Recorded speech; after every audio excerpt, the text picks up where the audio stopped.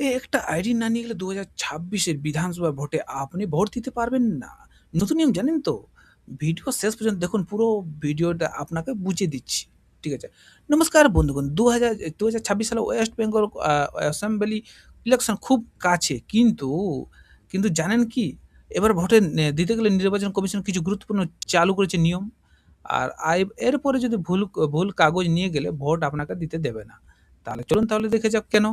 Voter slip অবশ্যই নিয়ে যেতে হবে। ওটা তো নিয়ে যেতেই হবে।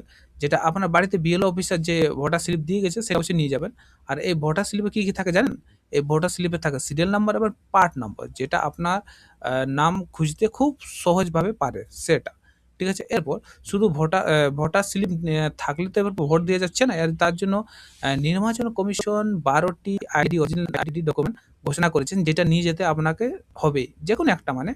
তো তার মধ্যে কমপক্ষে নিয়ে যাবেন, সেগুলোর নাম বলে দিচ্ছি, যেমন হচ্ছে Aadhaar card, job card, bank passbook, health insurance, driving licence, PAN card, RGB smart card, Indian passport, pension document photo সহ, আর government ID card, MLA issue official ID card, আর ডিসেবল আইডি কার্ড।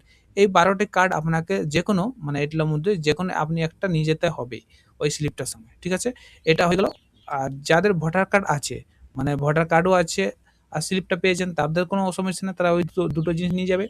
সেটাতে আপনি ভোট দিতে পারবেন। আর যাদের এখনো apply করেছে নতুন, মানে তাদের এখনো ভোটার কার্ড আসেনি, কিন্তু স্লিপ এসে গেছে, তো কোনো ব্যাপার নেই। ওই ১২ টি আইডি প্লাস যেকোনো একটা ১২ টা আইডির মধ্যে যেকোনো একটা প্লাস ওই স্লিপটা নিয়ে গেলে আপনাকে ভোট দিতে দেবে। এটা একদম সিম্পল কথা।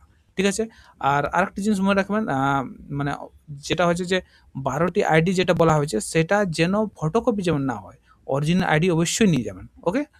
আর এইসব অবশ্যই ভুল করবেন না। আর সিম্পল যদি ভিডিও যদি ইনফরমেটিভ লাগে, যদি কিছু আপনি বুঝতে পারেন, কিছু জানতে পারেন নতুন, তাহলে অবশ্যই সাবস্ক্রাইব, আর ফেসবুক থেকে দেখছেন তো ফলো অবশ্যই করে রাখবেন।